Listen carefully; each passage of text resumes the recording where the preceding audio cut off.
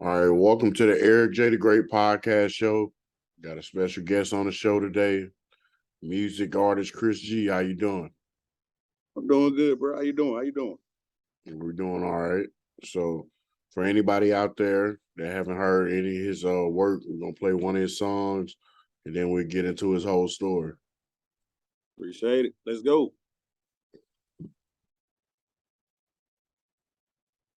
Yeah, yeah, yeah. Ooh, ooh, ooh, ooh. I can tell you all that I done sacrificed. Even though I feel I did that wrong, guess I ain't get it right. That pain is different when you born behind them candlelights. Long as you blow, little bro, I wish you would've stayed that night. I pray that God protect my soul, these demons won't be. Ease the pain, protect my mind, memories hunting me. Since you been gone, feel like I'm stuck, and it's holding me back. These people think I'm crying wolf, cause I just want Jeffrey back. I pray my wife to be don't leave, she keep a nigga on track. I can have 1,000 women, I swear no one compare. Weight of the world on my shoulder, and sometimes I can't bear. I feel my time getting closer, and my people not there. It's not fair. Do you know what pain? Pain. When the sun don't shine and the rain run down, now that's pain. Pain. When the casket closes and your heart turns cold, now that's pain. Pain. When the well runs dry from the tears you cry, now that's pain. Pain. Now that's pain. Pain. Yeah.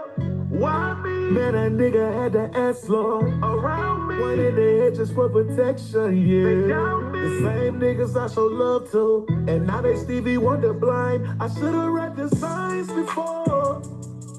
Now I move in a whole nother direction. You reap the fruit of your labor, they think you flexing. You say you love me, but you never show no action. Do you know what pain? Pain. Can see your family in the street, but they won't take the time to speak. No, no, I'm going through pain. As I get closer to my dreams, seems like I lose what's close to me. Somebody pray for me. Somebody pray for me. Pain, pain, pain, pain, pain, pain. So much pain, so much pain.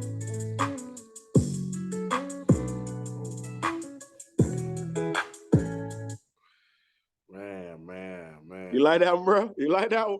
Yeah, man. I like spirit led music, man. That made me reminisce on a situation, man. A close friend I lost in the when I was in the military, man.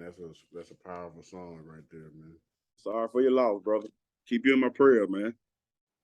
Yeah, man. Like I tell people all the time when I listen to music and stuff, like if I don't feel it in the first 20 or 30 seconds, then it just ain't for me. You know what I'm saying? Not saying that it's not a good song. It just ain't for me, you know what I'm saying? Right. I feel it. But I appreciate the feedback. I definitely do. Yeah, absolutely, man. So first off, tell the people where you from and how old are you? Man, my name is Chris G. I'm originally from Selma, Alabama, historical Selma, Alabama. You know, I gotta, that's what Dr. King walked across the bridge. Yeah, that's it. That's that. I'm 33. I've been doing music. Whew, I mean, I grew up in the church. You know, clearly you can hear that. You know, I grew up. Mama had me, my mama, grandma. You know, I had to have me up there singing, leading songs on Sunday mornings, and I grew up in the church. But the environment, the environment get hope to you. You know, the environment got hope to me, and I experienced a lot of things, but I, I in return turned it to my music. I put that pain inside my music. You know, Absolutely. So what's the first thing that come to your mind when you hear Selma? uh, of course, the civil rights movement. I grew up. That's pretty much was instilled in us from the elders, from a child. If you was a kid growing up in Selma, Alabama, that's pretty much was instilled in you. Civil rights and the whole civil rights movement. So, it's kind of like a moral code down here. Uh, it's bigger than it's bigger to us from the people here than from anywhere surrounding the area. When you say Selma, you know what I'm saying? We got a price. It's like a sense of pride when you say Selma to somebody from Selma. You know what I'm saying? Mm. Yeah. Absolutely. So for anybody that never been to Selma, Alabama, just kind of describe how it was growing up there, African American kid, and just kind of go through some of the circumstances and obstacles you had to overcome, you know, being a teenager, kid, things like that. Right. We Selma, bro, is a small town, you know, small country town. Uh, Growing up, I think I would, you know, I think I had a great childhood to be 100, which I ain't really had no, you know, like no real extreme issues until like later on in my teenage years. But growing up, man, I can say I definitely had a great childhood. I grew up with my mom and my dad. My dad was a truck driver, so he was in and out. So it's pretty much me, my mom. I have two older siblings. I got another brother on my dad's side, but it was just me, my mom, and my two older sisters in the house. So uh, we moved to the south side of Selma when I was like 3, 2, because it's like different divisions. Like the bridge literally divides the city. You know what I'm saying? So if you on this side of the city, they call it West. It's West Selma, East Selma, and our north side we call it Hollywood. They call that Selma. You know what I'm saying? They try to divide us, bro. That's how they do it, bro. But when you cross the bridge, literally, as soon as you cross the bridge, that's considered Dallas County, the south side, and that's where I grew up at. We moved over there when I was quite young in a neighborhood called King Ben. It's like one long road, and on the road is like trailers. I grew up in a single wide trailer, but in a trailer park, and the trailer park was full of just family, like 5 trailers. Just imagine 5 trailers, and each trailer is like grandma in the back. Then I got auntie, uncle, us, auntie. So all us pretty much was close knit growing up type thing. On the south side, man, I can say I had fun, bro. My from elementary to high school, it was a ball. Definitely we had to deal, you know, it's negativity in every city. You know, I hate to get on here and just push the negative, you know, the negative narrative about my city. You know, it's everywhere you go. You know, crime and all that is everywhere you go. But here, we definitely have it. I definitely had to maneuver around gangs and, you know, stuff of that nature, so shoes and all that. But aside from that, it's like if you mind your business, you'll have a great life in Selma. That's the best way I can put it. Just mind your business. If you mind your business, you'll have a great life. Nothing negative should come your way if it's not, you know, knocking at your front. If you're not, you know, inviting it into your front door. Let's see. My later years in life, bro, I really started. Like I said, I grew up doing music in the church, and my later years coming up, like around high school, is when I started to develop, you know, my sound for rap. Like I really took an interest in it. You know, my big brother Mar Joe, he was he one of the people who taught me how to do this shit, bro. From everything. Like I'm not just an artist. I record music. I'm a producer. I engineer. I shoot videos and I do graphic work. Long story. I got tired of paying. I got tired of, you know, this trying to do this music is a lot, bro. Like you gotta have money. And if you ain't got money, you gotta have the will to learn and do it. So I kind of learned all those skills over time coming up in the city. But I started rapping like around 9th, 10th grade, and I didn't go by Chris G for a long time. I went by Loverboy. You know, I was singing, bro. You know, I was singing back in high school and shit. So I kind of went by Loverboy and shit. And that came from another one of my partners because they were trying to. It's a long story. Well, yeah, I don't even want to talk about it, but you know, they tried to, you know, she tried to hold me with the Loverboy. But later on down the line, my name, you know, my real name is actually Chris Gibson. So that's where the Chris G really come from. My partner was like, just keep it real, name yourself, you know, with your name. So I just kept my name. But growing up in Selma, bro, Selma was lit. That's all I can say. Selma was lit, bro. It was lit for me. Okay. What type of activities you was into when you was younger? Did you play any sports or anything like that? Man, I played football when it tried basketball with it, tried baseball with it. It just went me. It went for me, bro. Like funny. Let me tell you a real funny story. My ninth grade high school year at Southside High School, I tried out for football. I don't even want to call his name, but one of the guys came. He was the oldest. He was a senior at the time. He came outside real upset. You know, he talked crazy and all this, and he called out all the juniors. You know, we had something called the bull ring. You know, where you got to go head to head. Boy, that nigga hit me. I went to sleep. When I woke up, I took them pads off, left them right there, told coach I'm going to holler at you, went straight to the band, never went back. Oh my No, sir, God. this ain't for me, man. No, that ain't for me. Hey, at least you was honest with yourself. There's a lot of people that drug that out knowing that they wasn't that dude.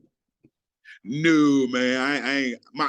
I think my temper was too bad for that. Like, I could have, back in them days, I would have easily turned that into something else. So I was like, nah. Like, I try to keep my temper down to a pure minimum as I can. Absolutely. So as far as your family and your inner circle, did you have anybody around you that was involved in the music business, or are you the first one to go down that route? No. I have uncles and cousins. My dad actually can sing. I like to give my dad that he can really sing. He grew up trying to do the music. Some years ago, he was in gospel groups, and they were back when they had cassette tapes and stuff of that nature. And I got cousins that's in gospel groups, and my granddad was in gospel groups. My grandma, she can sing.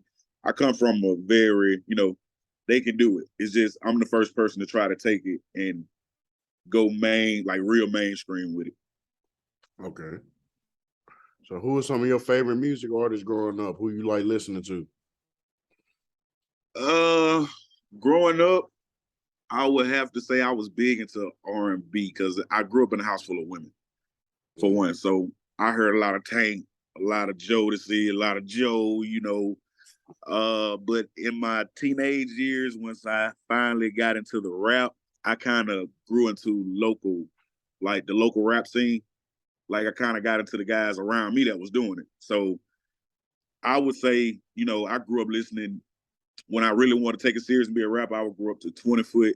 That's a group down here from my side of town, from Southside. 20 Foot Trio Mob, Long Live Kingpin. Before I even say that, them guys really set an example for my generation growing up over there.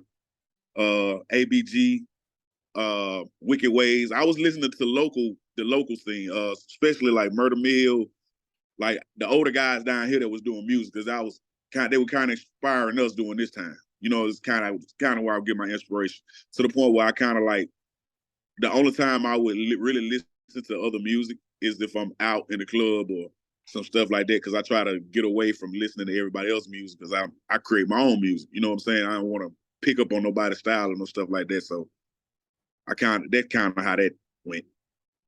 Okay. So take me back to that time, man, when you went to a recording studio for the first time. Was it easy for you to catch on, or were you a natural? Honestly, my first time, our first time having a studio, me being in a real studio, Code Black. I think I was like 15, 16 years old. This guy named Code Black down here in the city. He's an engineer. He took us out of school and we did like a non-violent song, me and a couple more people. That's the first time I can remember going in the studio, actually. And when I went in there, it was natural to me, because, like I said, I already was doing music. I think that's the first time I actually went in the studio. But after that, I linked up with some more of my people, my kinfolk that literally stayed down the street from me. My cousin Randy and Nicole. But I don't know what year that was, but his daddy got him a studio. And when his daddy got him a studio, it was up from there. It was right down the street. So yeah, it was up from there. So as far as your process, are you more of a writer or a freestyler? I would say a writer, But me, bro, I'm one of them guys that, even though I'm considered an old head, all that, they like to call certain age or old head and all that. But I kind of learned how to ride the wave. So I'm learning how to get into the whole freestyle of things. Like, I do freestyle, but I like to write better. I just feel like I can compose myself better as a writer.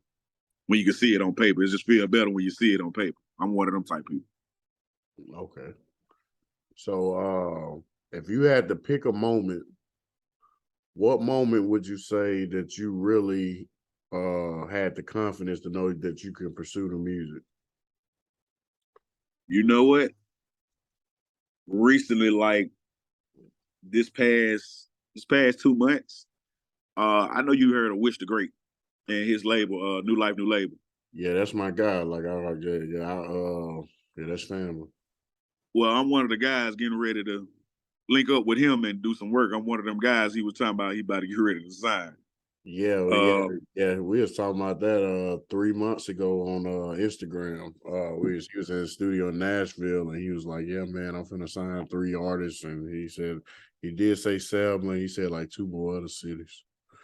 Yeah, I'm one of them guys, and the past experience Wish just gave me, man.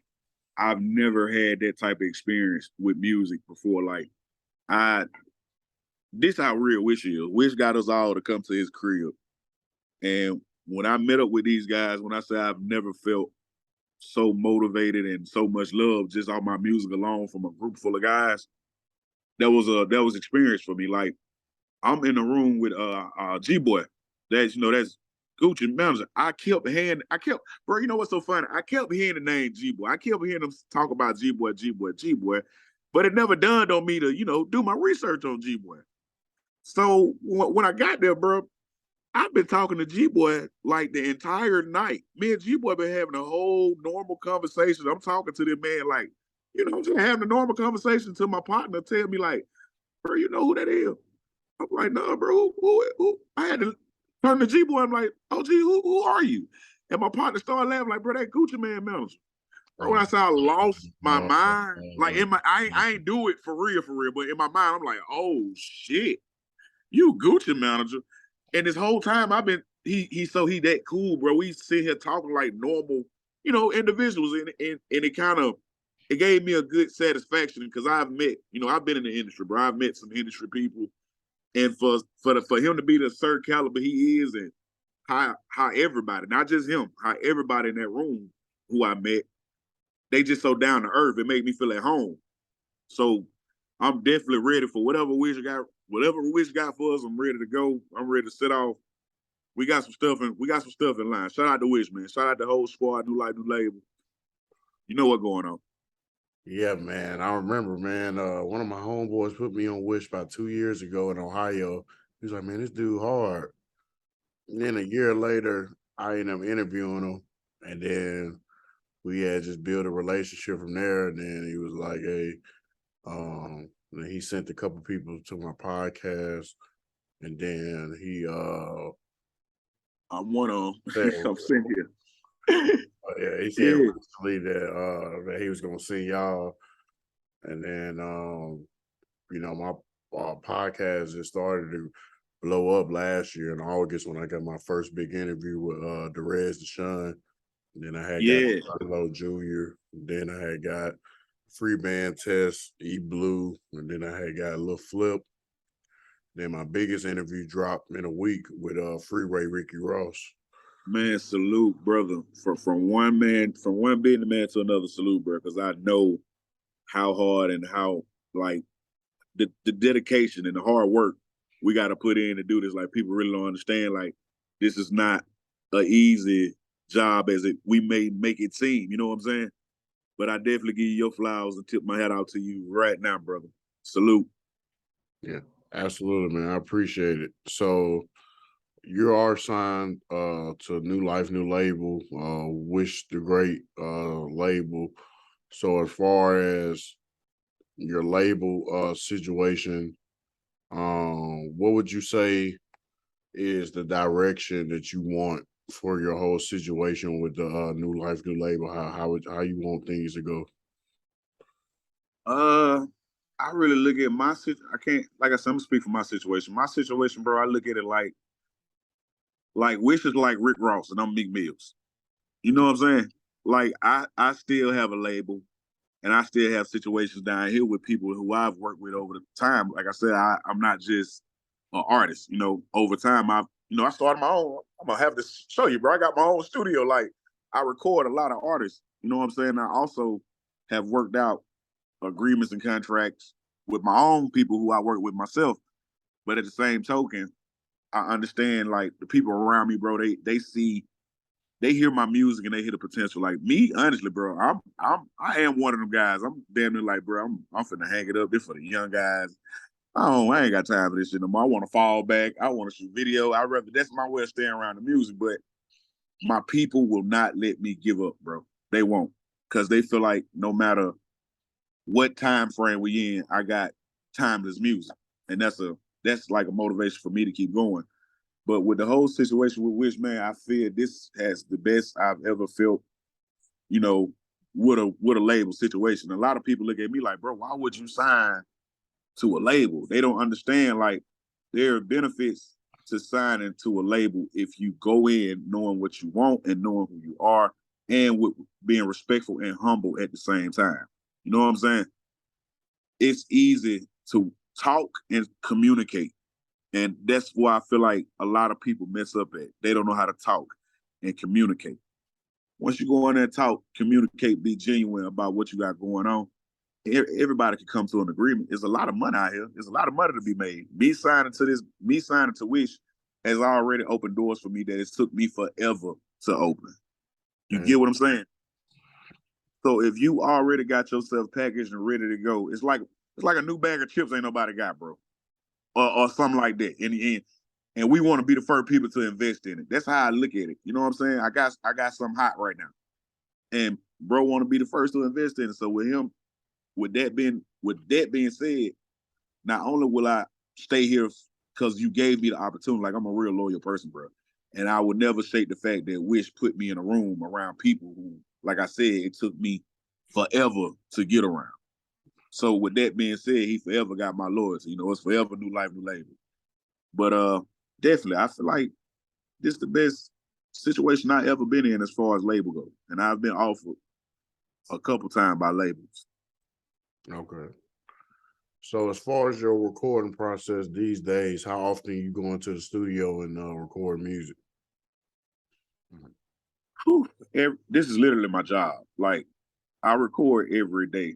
Like not per se myself. Like I might work Monday through Saturday and save Sunday for myself to actually work on my music. But like I say, I'm like one of the top studios in the city that you come to record your music. If you can't get to my brother Deadly or if you can't get to my brother Wooster, you will find me. And I'm one of the guys, and we record a lot of music, bro. Like it's some hidden gems in this city. You get what I'm saying?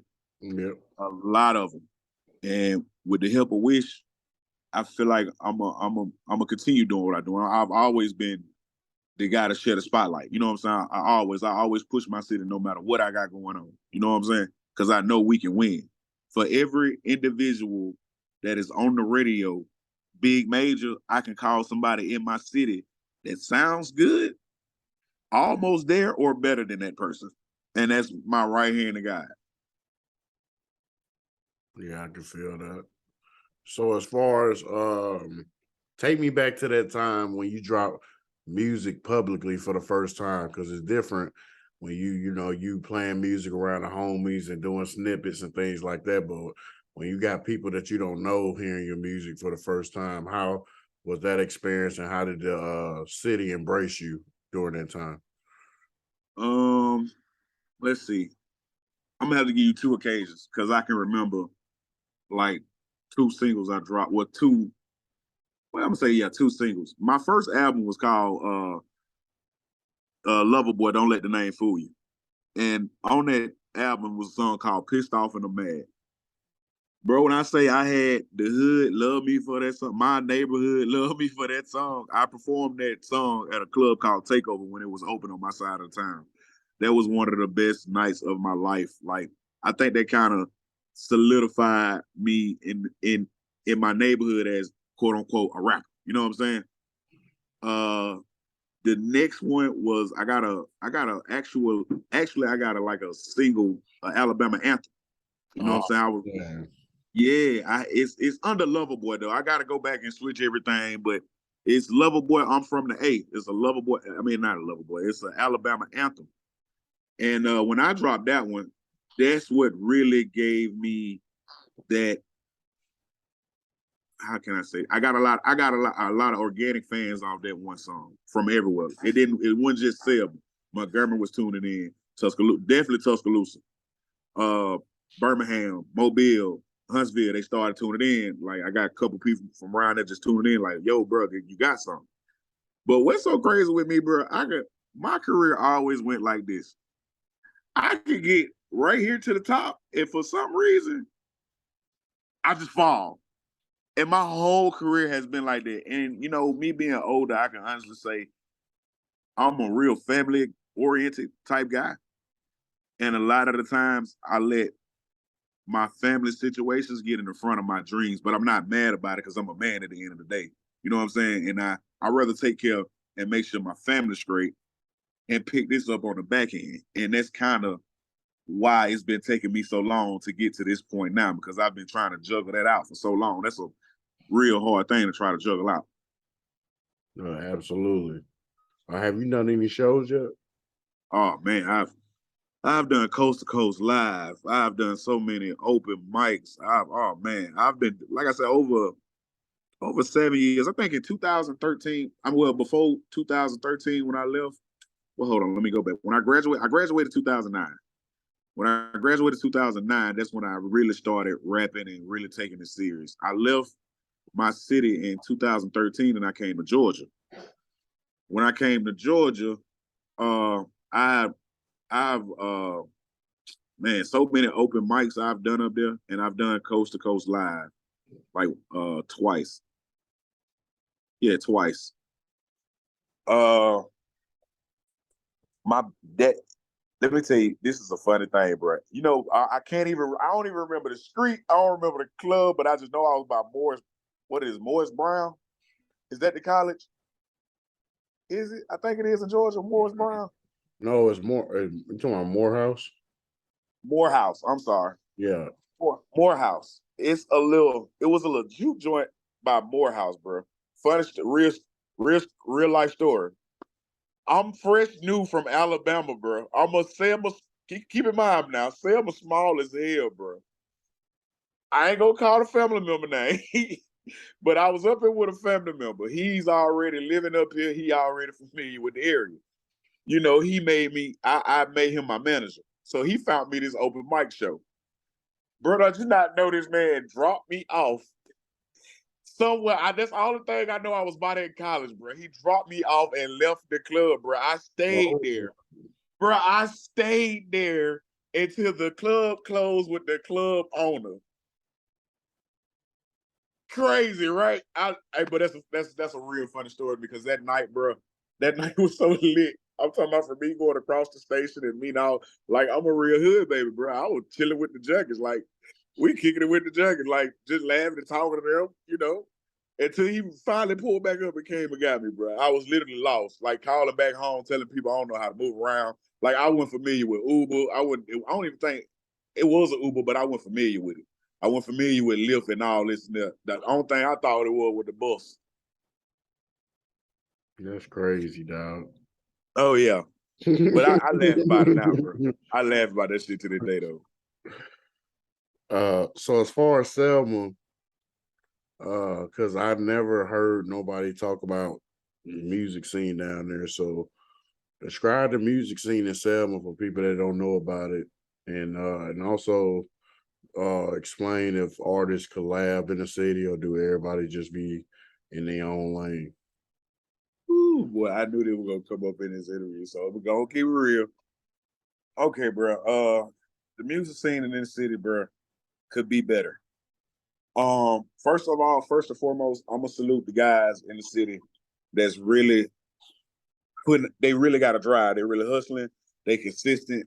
Y'all can look up a guy, Eherd, by the name of Eherd, bro, going crazy right now. My little brother Jay Major, he just got a feature with what's the guy named Huncho? And Oh, that's big. yeah, Kivo Money. Yeah. He got that going crazy. My brother Michi, like I got a relationship with pretty much all these guys, bro. You got Michi, he going hard right now. Of course, Murder Mill like the city legend. Murder Mill literally like one of them. He that nigga that he labeled a goat in the city, bro. He the one that got the city really popping with the music shit long time ago, and he still got it going to this day. Even from his nephews and all along the family, that whole family over there, they hard like GFL, uh, uh, uh, uh, COU, Shundo, Woo, Montana. On my side of town, bro, 20 Foot, DTE, Freedom Boy, G Rogue, Robert T. Smith, my brother Slim AP, 27 Side, Trench Boy Tony, bro. I can go on and on and on. Like all these names I'm naming, bro, they really got that work. Like anybody you name in the industry right now, you can try me right now. Anybody you name in the industry right now, I guarantee you I can call somebody name that if you go listen to their music, you might even switch up or add some shit to your playlist. I guarantee you. Mm. Guarantee. Yeah, that's good, man. That y'all But here's the thing. Here's the thing. Everybody on if my city was to come together, bro, we would be unstoppable. Alabama know about us. I can say that. The state of Alabama know about Selma. If you go anywhere, we can't go nowhere. Like, bro, anybody from Selma go anywhere, we say, hey, bro, where you from? Oh, we from Selma. Their attitude change, bro. I promise you. I promise you their attitude gonna change. We gotta get it together. I'm saying this now because I know my folks gonna watch this interview, and I hope they listening to me. Bro, we gotta get it together and bring this thing together where everybody is happy and everybody is in a good position so where we can work together. Because like I said, bro, these guys really working. They really putting that work out there. Yeah, it's sad that a lot of people bring street politics into a business, you know what I'm saying? And that prevents a lot of people. Like I was talking about stuff the other day, you know, and I can tell that I'm getting older because I'm like, I get annoyed with certain stuff when I hear certain stuff. Like probably 5-6 years ago, I'd be like, oh yeah, he's saying some real shit. But now I'm like, man, that's some bullshit. You know, like rappers speaking on other rappers or taking money from another artist just because this artist might have done something in the street that they didn't agree with. And I'm like, well, I mean, shoot, it's a business. Like, how you gonna tell somebody not to take some money to feed their family? You ain't putting no money in their pockets. You know what I'm saying? Like, I'm like, ain't like they best friends. You know, this is just a transaction. You know what I'm saying? Like once I do this, I ain't talking to you every day. You know what I'm saying? Like, I don't. So you might feel the way. I just don't understand it. I was gonna say you might feel the same way I feel about this whole Kodak and 6ix9ine situation. Yeah, that shit's stupid, man. That shit dumb as hell. I'm like, bro, boot, boot, the thing with Boosie that's aggravating me is like, you say these people are your friends, and you never pick up the phone and call them before you go on social media and step out on limb. Then you glorify the street stuff like you still living on the block when you got like 40 acres in Atlanta. You know what I'm saying? Right. And I'm like, you know,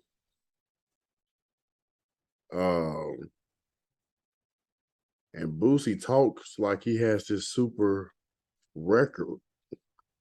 I was like, you beat that murder charge they put against you, but if you look at his record, he only got a possession of marijuana for 8 grams on his record. Yeah. Like he don't got no real charges for real. Now I'm gonna say this. I'm saying he's talking like, and then I'm like, you speaking on people, and these people just got as much money as you. It's not or more. I was like, you can't beef with everybody. And I'm like, in the way the industry is set up, the industry is set up with young people. And you can see that, the only thing that really keeps him relevant is him speaking out on social media and him and his old stuff he did before he went to jail. Don't nobody listen to his new music. Nah, I'm gonna say this. Shout out Uncle Charles. You know who Uncle Charles is? I'm talking about Charleston White. You know it. Shout out Uncle Charles, man. Charleston White be saying stuff that people don't want to hear, but it be the truth.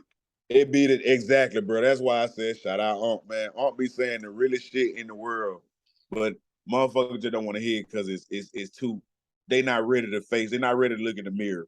Once our people, and you know what I mean when I say our people, once our people learn to look in the mirror, take accountability, and want to make a change for better, that's the only way it's gonna work. But here's the thing I don't understand though. Like Boosie always say, "Oh, I'm doing it for the streets."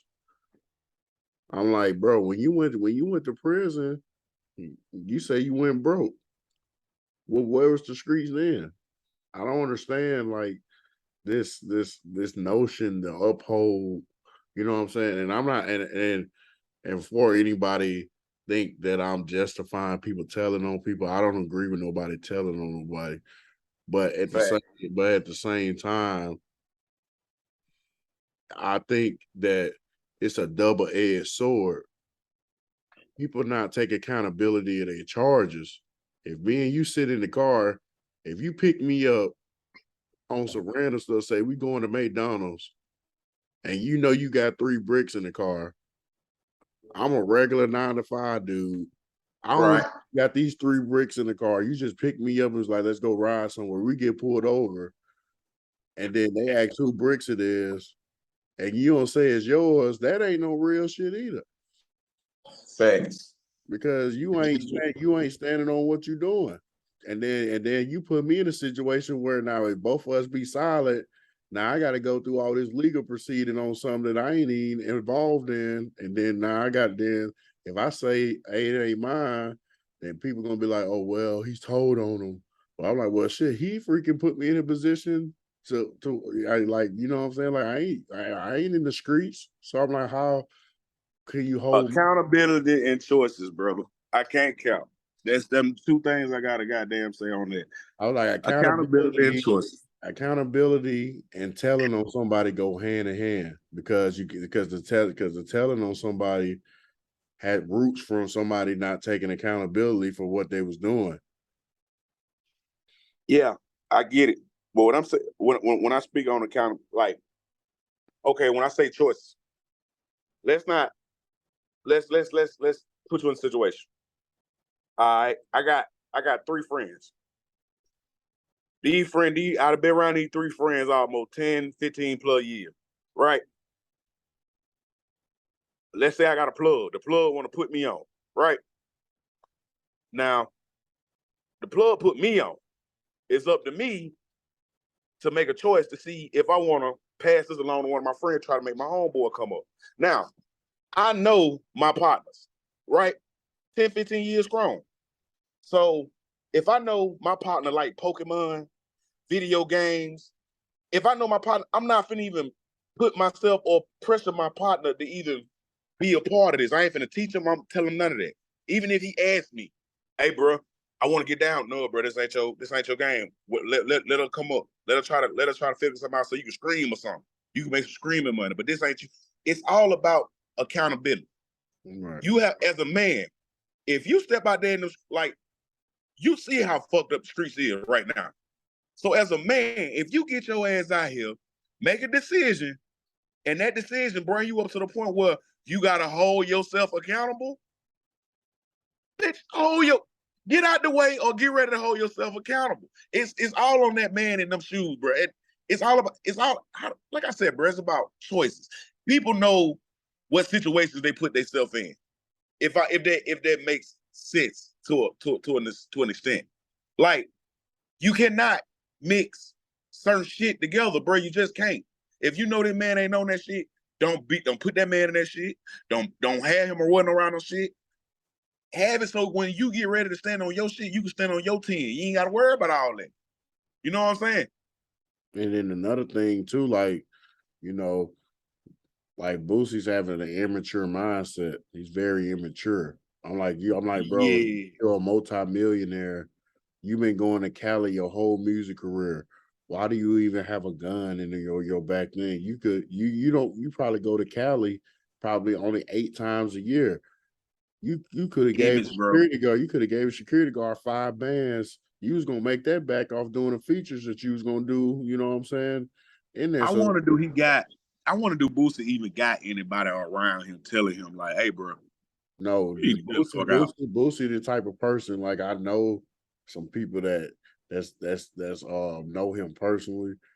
Like Boosie the type of person where he's the boss and he run and everybody around him is like street dudes. So like he runs it like a mob type thing. So it's like, oh shit, if this my gun, you know what I'm saying, you my homie, but you gotta take this charge because I'm the boss. Instead That's of the stupidest shit in the world. you know what I'm saying? And it's like you setting them up for failure, you feel me? Like, cause you like if you really they friend, why they gotta take a charge for why you can't just have proper security that and then they can just be around. Cause I tell people all the time, 'cause I used to do security. I was in the military. And then when I got out, I did security for a couple robbers. And I'm like, and I tell people all the time, like the tactics of security. When you got your homeboys around you, that could be good in some situations around home and stuff like that. But if you outside your natural territory, your homeboys got the same thing on your mind you got on your mind. When you messing with chicks, they want to mess with chicks too. When you smoke weed, they want to smoke weed too. Like they think they know that you a star and they might be looking around sometimes, be like, oh, let's see if somebody's trying to run up on us. But if you hire somebody, their sole purpose is to protect you. That's all they thinking about because they don't know you personally like that. They didn't grow up with you or nothing like that. So when you got your homeboys around, they not gonna be fully focused, and it's not their fault. You know what I'm saying? But it is You gotta feed them wolves. You gotta feed them wolves. So the people just don't have a proper structure around them, and I just think that's why like a lot of music ain't charting right now in hip hop like it's supposed to, just because like people watering the industry down with the street stuff.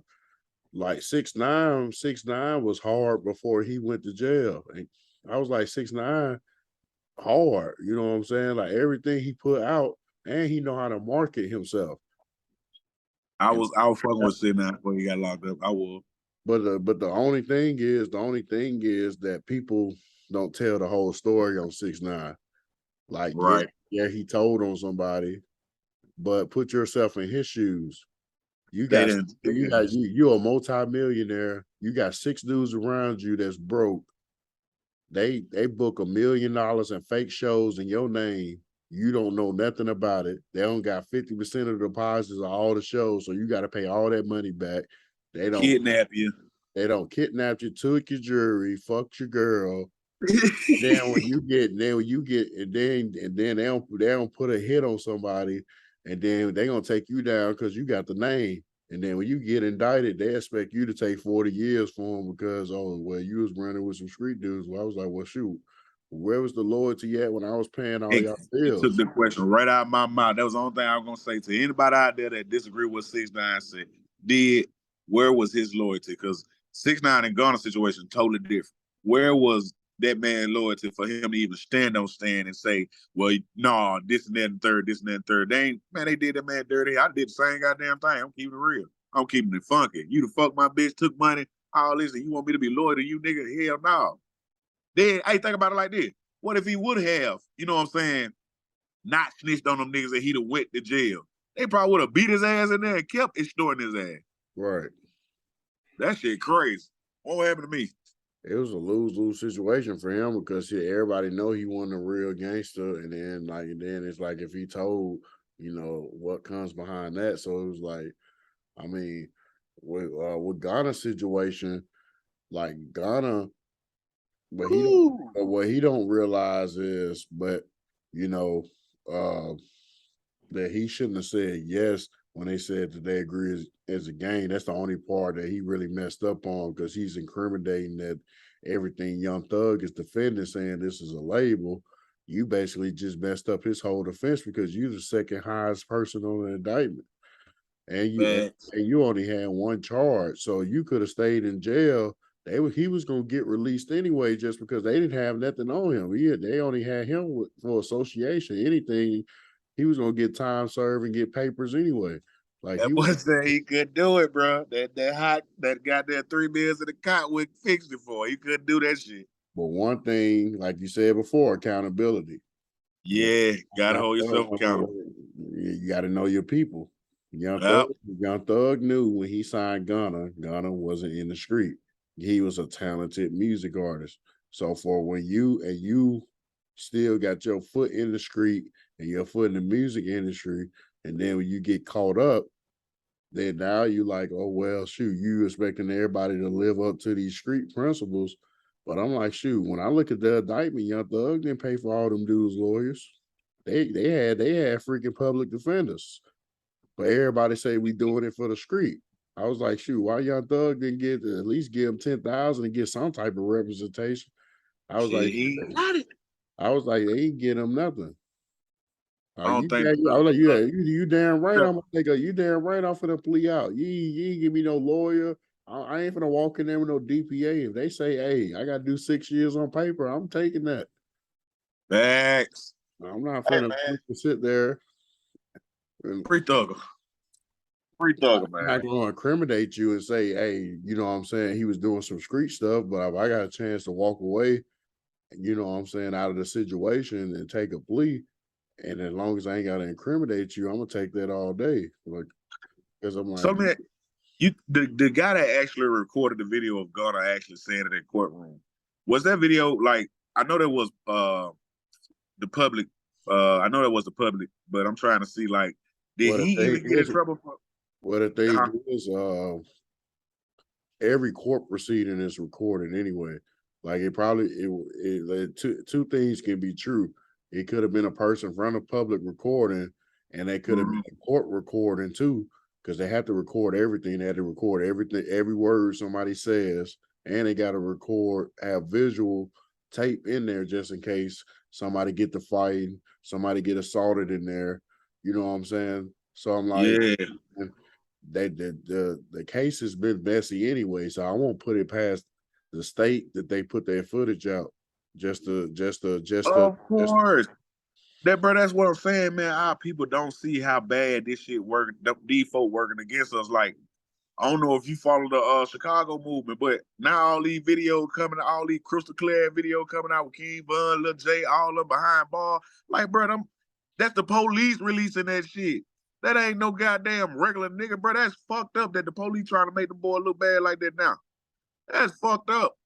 But you're right, though. That'd be the state doing that shit, man. Our folks so crazy. They think the nigga that got a red, blue, or black flag is the enemy. Hell no, that ain't the damn enemy.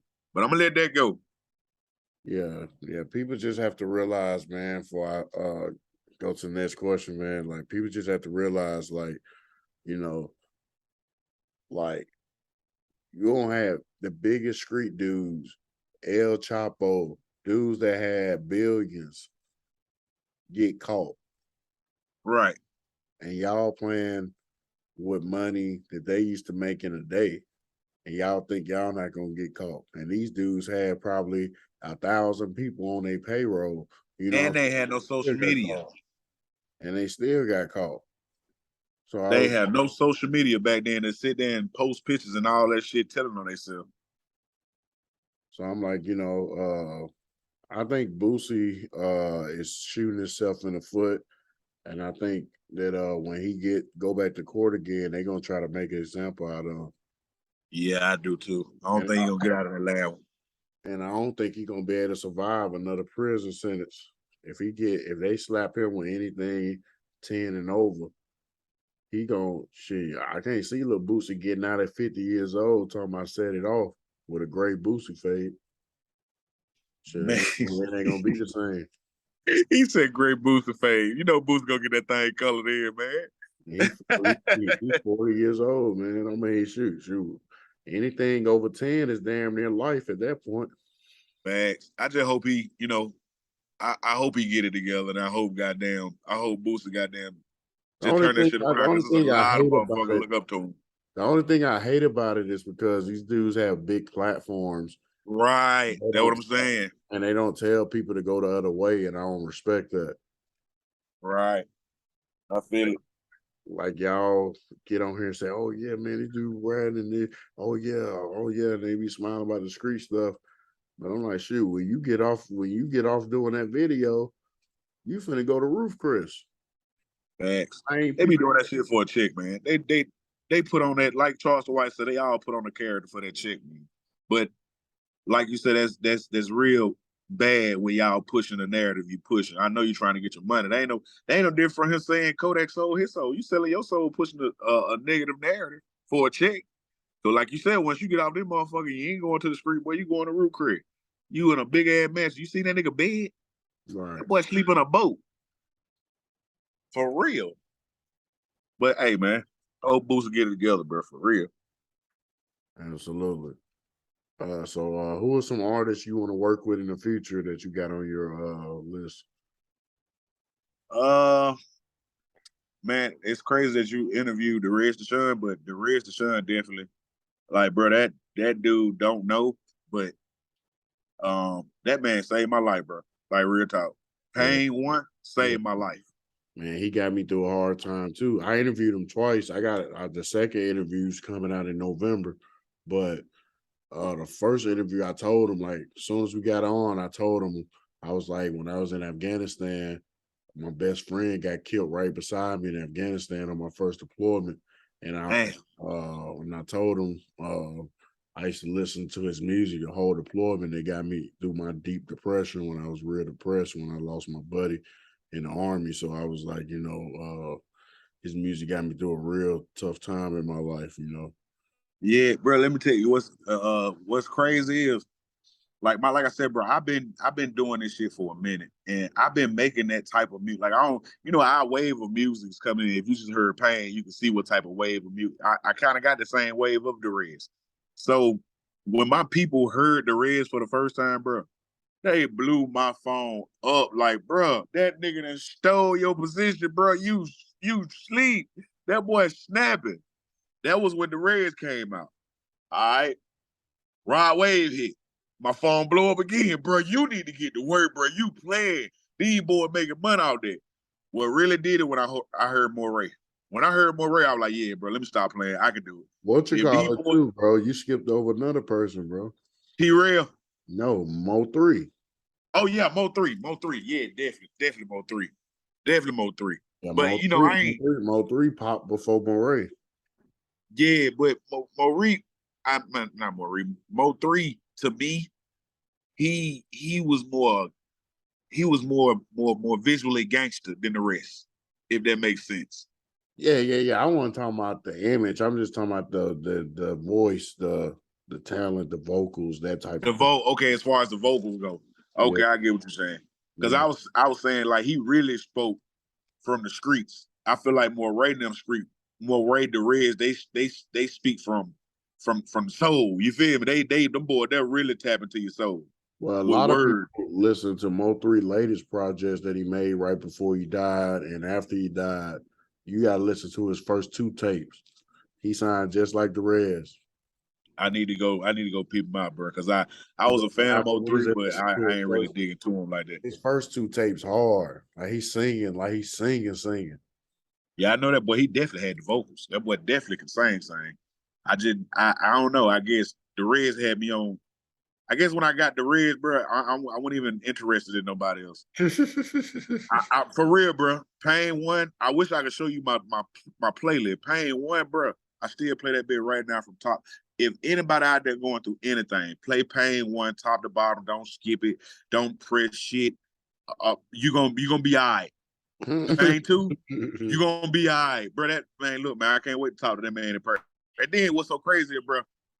When I was talking to G-Boy started laughing when I'm telling G-Boy the same thing. Like, yeah, bro, I look up this such and such. But the Red Son, G-Boy started laughing. And I'm like, big dog, what you laughing at? He said, man, that's my damn nephew. I said, oh, hell, boy, golly. It blew my mind, bro. It blew my mind to be that I'm so close to him. You know, I can't wait to really sit down and talk to him. But I just hope it don't be one of the situations where you meet your idols and they become your rivals. I hope it ain't like that. I can tell you this, bro. Derez a real dude, bro. Derez is one of the only dudes that I interviewed that didn't charge me for an interview. That's that. Yeah, I'm ready to meet that nigga, bro. Like I got so much to tell that nigga. The interview, man. Like, I asked him on the second interview when I interviewed him because I was curious. Because I was like, you know, it's cool when a person of that caliber do an interview with you once, but when they do an interview with you multiple times, they have to like something about you. So I had asked them before we got off. I was like, man, like, what you like about the show? Like, what you like, you know, about, you know, you're being a repeat guest and things like that. And he told me that, you know, it's authentic. You know, he said you Definitely, I feel that. And he said, you know, you care about the guests. You don't ask no incriminating questions. And he was like, you know, he just say he feel like it's a safe space when he come on my shows. So he was like, anytime I ask him to come on, he gonna come on. Hey, man, I salute to you, bro. But I definitely feel where you're coming from because seeing talk, I damn near forgot that we even having a podcast. I just feel like I'm talking to you. We just having a conversation, bro. For real, I really forgot we even having a damn podcast. But the Reds, bro, this might throw you. Kendrick Lamar is like him and the Reds like fight for number one with me. Like I Kendrick Lamar, good kid, Mad City, that got me through a lot. Let's see. J. Cole, Big Crit. That's type of music I like listening to, bro. Like that's if I'm on my spare time or I'm chilling, that's what I'm usually vibing out to, meditating to. You know, the boy that be really having that message. Yeah, you like stuff with substance. That's what I like too. Yeah, it definitely, and I can't count my new project is that it helped me put how I feel in my story together.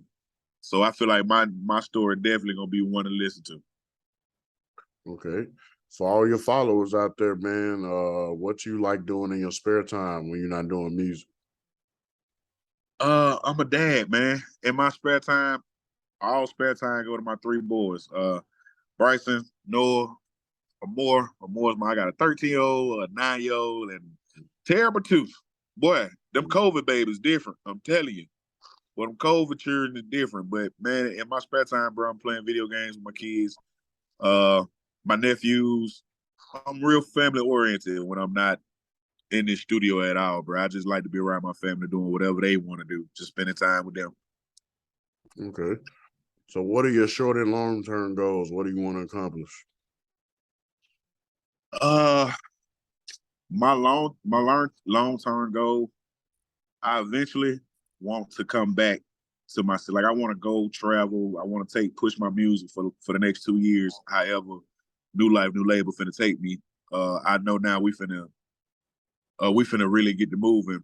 California, New York, Texas. I know all that's coming up. So eventually me going these places and building these connections, I want to take and build those connections and bring them back to my city and actually start a bigger label right here in my city, you know, with the help of what's going on. Like I said, that's why I call Wish Rick Ross and me, Meek Mills. You know, Rick Ross with the Maybach music, Meek Mill with the Dream Chaser. I want the same concept, but with my city, because it's so hard to come from these small town cities. Like it'd be some real gems in these small town cities.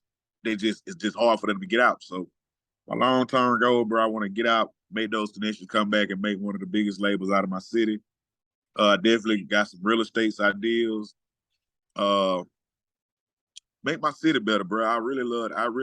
This city is me. You know what I'm saying? Like I said, if you're from this city, normally when you meet somebody from Selma, they got a real high value in this city because everybody know everybody. You know what I'm saying? And everybody helps somebody in some type of way. This city molded me to who I am, so I really want to give back my all to the city and eventually come back and retire right here, right at home. You know, doing what I love to do best, pushing the next one to come out my city. You know, reach back. Each one teach one, reach back and grab somebody. That's my whole plan right now, bro. Absolutely, man. You know, I'm from Birmingham, Alabama. Salute. Okay, Northside Weeds and all them. All right. Yeah, man. I know Northside, man. I knew him before he had went to jail. They got him on some drugs. He had did 7 years. Yeah, He me and was him was chopping up. man, that jail shit fucked him up, man. Because right before he got locked Yeah. up, he got the juvenile feature. He brought him in the hood on the north side. I'm Like, here. I was there when he did it. I was like, bro, I had just got in the military.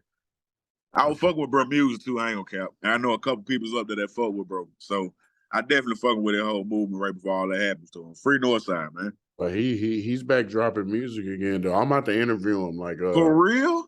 yeah, I got him on Instagram. I was gonna I'm gonna give him what he want. You know, he want me to pay him. So I was like, but I was trying to tell him like, bro, I got a platform and I'll interview more bigger people. It'll make sense for you. But he was like, man, I got to get a little something for it. So I was like, all right. I thought about it. I was like, I really like him, and he from a city. So I'm like, all right, I'll pay you. You know what I'm saying? But Weezy, I definitely can. I ain't gonna lie, I can see that because I've been, like I said, I've been following bro. I fuck with bro. I can see that with Weezy though. I can honestly see that with Weezy. Now anybody else, but Weezy, yeah. Shout out Weezy, man. I got to get back in tune with it then, man, bro, because I ain't know. yeah, Honestly, I man. thought bro was still locked up. Nah, he got out like I think like 2 years ago. Damn, for real? Yeah, they gave him like 7 years. Shit. I just know anytime somebody say something about Birmingham, bro, I definitely, hey, Northside Weezy, bro. I fuck with them, boy. Absolutely. So as far as upcoming projects for 2023 and beginning of 2024, what you got coming up? Whew. Okay, Chris G the album. My story, that's the album coming up. I'm finna get ready to drop on the New Life New label. I got another album ready, Sunday Service. I got some features. I don't wanna, talk too much just yet, but I got some in the works. Shout out to Wish once again. It's just the world finna get to know Chris G, bro. This is my next 2 years of me just pushing and being in different states, trying to build the best organic fan base I can, getting out to meet people. Cause I move around, but I don't move around like I'm supposed to. Like I probably move around like 3 or 4 times out the year and think I done did something. Nah, I really got to get to it now. I feel that. So how do you want people to perceive you? Humble, bro. I just want people to understand that anything I do it out of my heart, bro. Anything, like holding the door for a motherfucker, like me traveling and understand. Like I went up north one time, bro, and I got cussed out for holding the door open for somebody. When I seen that shit, I really understood some shit at that point. But something as simple as holding the door open for a motherfucker, bro. I just want to give as much love as I can because I'm a firm believer in the Almighty of God, And if we trying to get there, bro, how can you say you're trying to get to heaven if you ain't trying to live like that, on a day-to-day basis? You feel me? So I feel like I do my best to try to live like I'm trying to get to heaven on a day-to-day basis. So when I do, that's my mindset, bro. I'm just trying to get there. Absolutely. So give me your Mount Rushmore. Give me your top 5 most influential people to your life. Ooh, you snap. Top. Okay. Numero uno. Rest his soul. But my Uncle Jeffrey, that's my dad brother. He was like my biggest support system, biggest everything to me when it came to music. He passed back in 2014, I want to say. That's what really brought me back to Alabama because, like I said, I was already in Atlanta, but when he passed, that brought me back home. But him, definitely my mom. Salute to my mama, man. Salute to Gloria Jean. My fiance, definitely my lady to be. Her name's Akia. She definitely helped me and mold me in ways. Like we've been together over 11 years. We got 2 kids together. So You know, dude, bro, it's hard them last two spots. You said top five because I got a lot of mentors. So I guess I have the my big dog P Carey. That's the man. That dude there, bro. That dude there is who I go to get my stress off. That's who I go to for my pep talks, everything. He keep my head focused. My brother Angelo, all my brothers around, like Angelo, Slim. So I ain't got no, I got a real big support system, bro. I can't cap. I can't just say five. I can't even put them in order. I just know I got a lot of people that support me. I got a lot of people that want me to do good, and I got a lot of people that look up to me. I got a lot of people that want me to do their thing, man. So salute to everybody that love Crit G. If you love Crit G, I love you. Absolutely. Closing remarks. Anything else that you want to tell the people that you got going on, and let people know how to keep up with you on social media, YouTube channel, all that good stuff? Oh man, golly, I gotta go put this out there. I'm tripping. Like I told you, bro. My own little label. I got this guy from Camden, Alabama. He going crazy right now. He's a blues singer. GMB Kirk. Y'all look him up. Definitely, he got a single out country man. Is going crazy on TikTok. Y'all definitely look him up, shout him out. Closing remarks, man. I just stay prayed up, man. Stay prayed up, everybody. Stay prayed up. Be humble. Learn the word humble. Everybody, learn the word humble. It'll take you a long, long way. And I love everybody, bro. That's my closing remarks. Y'all get ready for G, man. Just get ready for Crit G. Absolutely, man. I appreciate you coming on the podcast, man. And anytime you want to come on, I record any day of the week. Oh, we locked in, EJ. We locked in, buddy. We locked in, EJ. Anytime we locked in, Thug. This is it. We locked in all the way to the top. Yeah, because I don't just do interviews, I talk about real stuff too. You can kind of see how the interview drifted. I don't talk about police brutality, child support, 50-50 relationships, should you kick your kid out at 18 years old, like real stuff. Hell yeah. I was just playing. Nah, man, I don't think so. Nah. I don't think so. But yeah, bro, I definitely will be back. Like I told you, bro, I forgot we were even podcasting. I just feel like, man, you were having a conversation. You feel me? Get to know each other. But I definitely appreciate the opportunity, Thug, and I definitely will be back. Yeah, that's a whole goal that I get of the podcast. That I try to just keep it like we talking in the barbershop. And the main reason I started one is because I feel like we have to have more conversations amongst each other as minorities, because it's already difficult as it is being a minority in the U.S. and all us going through similar things, but we just don't talk about it amongst each other enough. Facts. Mental illness is definitely a thing in our households, and I really feel like that's a thing that need to be addressed the most. Like, it's okay to go talk to somebody. It's okay. Absolutely. Definitely.